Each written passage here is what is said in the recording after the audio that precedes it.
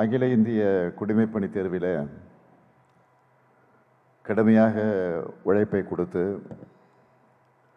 அதில் வெற்றி பெற்றிருக்கக்கூடிய உங்கள் எல்லாருக்கும் முதல்ல என்னுடைய பாராட்டுக்களையும் வாழ்த்துக்களையும் நான் தெரிவித்துக் கொள்ள விரும்புகிறேன். நீங்கள் படைத்திருப்பது சாதாரண சாதனை அல்ல.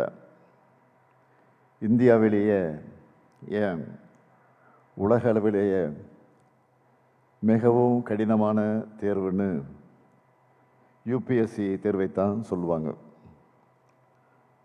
தேர்வுக்கு தயாராக கூட மன வலிமையும் டிசிப்ளினையும் சோதித்து பார்க்கக்கூடிய கடுமையான தேர்வு அந்த தேர்வு. அப்படிப்பட்ட தேர்வை உங்களில் சிலர் முதல் அட்டம்ப்ட்லேயே பாஸ் பண்ணியிருப்பீங்க. சிலர் பல ஆண்டுகளாக முயற்சி பண்ணி வெற்றி அடைஞ்சிருப்பீங்க. ஆனால் சில ஆண்டுகளுக்கு முன்னாடி என்ன நிலை இருந்துச்சுன்னு எல்லாருக்கும் நல்லா தெரியும்.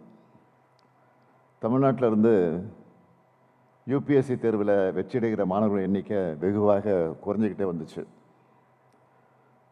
நம்முடைய திராவிட மாடல் ஆட்சி பொறுப்பேற்றதற்கு பிறகு இதை கவனித்து இதை உடனடியாக சரி செய்ய வேண்டும் என்று அதற்கான பல்வேறு முயற்சிகளை நாம் எடுத்தோம். நான் முதல்வன் ஊக்கத்தொகை, உயர் பயிற்சி, நேர்முக தேர்வுகளை எதிர்கொள்ளக்கூடிய சிறப்பு பயிற்சின்னு பல்வேறு முன்னெடுப்புகளை நம்முடைய அரசு எடுத்தது. நம்ம அரசு எடுத்த முயற்சிகளுக்கு அண்மை காலமாக நல்ல பலன் கிடைத்து கொண்டு வருகிறது. இதற்காக உழைத்திருக்கக்கூடிய அதிகாரிகளுக்கும் பயிற்சியாளர்களுக்கும் இந்த நேரத்தில் என்னுடைய நன்றியையும் பாராட்டுகளையும் நான் தெரிவித்துக் கொள்ள விரும்புகிறேன். நீங்கள் தான் சைலண்ட் ஹீரோஸ். இந்த ஆண்டு 60 பேர் நம்ம மாநிலத்திலிருந்து தேர்வாகியிருக்கீங்க. அதில் 56 பேர் நான்முதன் திட்டத்தால் பயனடைந்தவர்கள் என்பதில் எனக்கு கூடுதல் மகிழ்ச்சி. என்னை பொறுத்தவரை இந்த எண்ணிக்கை இன்னும் உயரணும். இங்கே வந்திருக்கக்கூடிய உங்களை பார்த்து ரோல் மாடலாக எடுத்துக்கிட்டு இன்னும் பல இளைஞர்கள் தமிழ்நாட்டிலிருந்து இந்தியா முழுவதும் பல மாநிலங்களுக்கு சென்று பல்வேறு மாவட்டங்களில் கலெக்டராக, பல்வேறு துறைகளில் செயலாளர்களாக நாட்டினுடைய வளர்ச்சிக்கும் எளிய மக்களுக்கும் பணியாற்றணும். ஏன் வெளிநாடுகளுக்கும் இந்திய தூதுவர்களாக சென்று நாடுகளுக்கு இடையான நல்லுறவை நீங்கள் மேம்படுத்தணும்.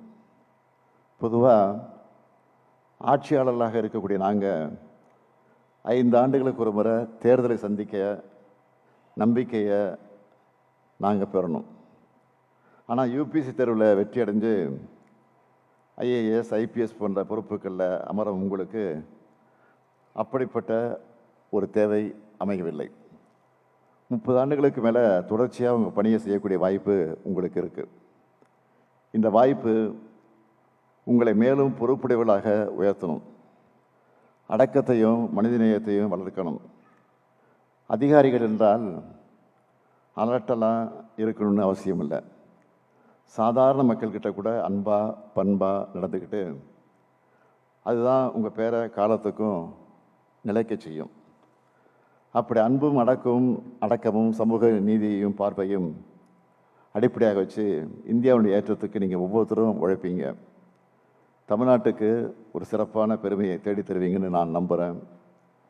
இனிமேல் உங்களுடைய வாழ்க்கை ரொம்ப பிஸியானதாக மாறிடும். என்னை சுற்றி இருக்கக்கூடிய ஐஏஎஸ் ஆஃபீஸர்லாம் நீங்கள் பார்த்துருப்பீங்க.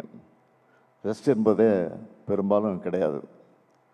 அப்படிப்பட்ட கேரியராக நீங்கள் இருந்து உங்களுக்கு நான் பர்சனலாக அட்வைஸ் தர நினைக்கிறது, அதிகாரிகளாக நீங்கள் நாட்டை கவனிக்காவிட்டாலும் ஆனால் கவனிக்கக்கூடிய சூழ்நிலைக்கு இன்றைக்கி வந்திருக்கிறீங்க.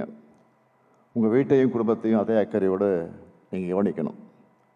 எவ்வளோ பிஸியாக இருந்தாலும் உங்கள் அப்பா அம்மாவுக்கு உங்களுக்கு லைஃப் பார்ட்னராக குழந்தைகள் இருந்தால் அவங்களுக்கும் ஒரு 5 நிமிஷம் அட்லீஸ்ட் ஒரு ஃபோனாவது பண்ணி சாப்பிட்டீங்களா, மருந்து சாப்பிட்டீங்களா என்பதை அக்கறையோடு நீங்கள் கேட்கணும். இந்த அக்கறை அன்பும் தான் உங்கள் கேரியர் டெவலப்மெண்ட்டில் பெரிய துணையாக இருக்கும். இப்போ உங்கள் கனவு நிறைவேறிடுச்சு. இனி மக்களுடைய கனவுகளை நிறைவேற்ற இன்றிலிருந்து நீங்கள் புறப்படுங்கள். All the best. உங்களைப் போல இன்னும் பலரை நம்ம திராவிட மாடல் அரசு உருவாக்குவதற்கு தொடர்ந்து துணை நிற்கும். இந்த நேரத்தில் முக்கியமாக இந்த வெற்றிக்காக கடுமையாக உழைச்ச திரு சுதாகரன் அவர்களுக்கு என்னுடைய சிறப்பான பாராட்டுக்களையும் வாழ்த்துக்களையும் தெரிவித்து என் உரையை நிறைவேற்றி வணக்கம்.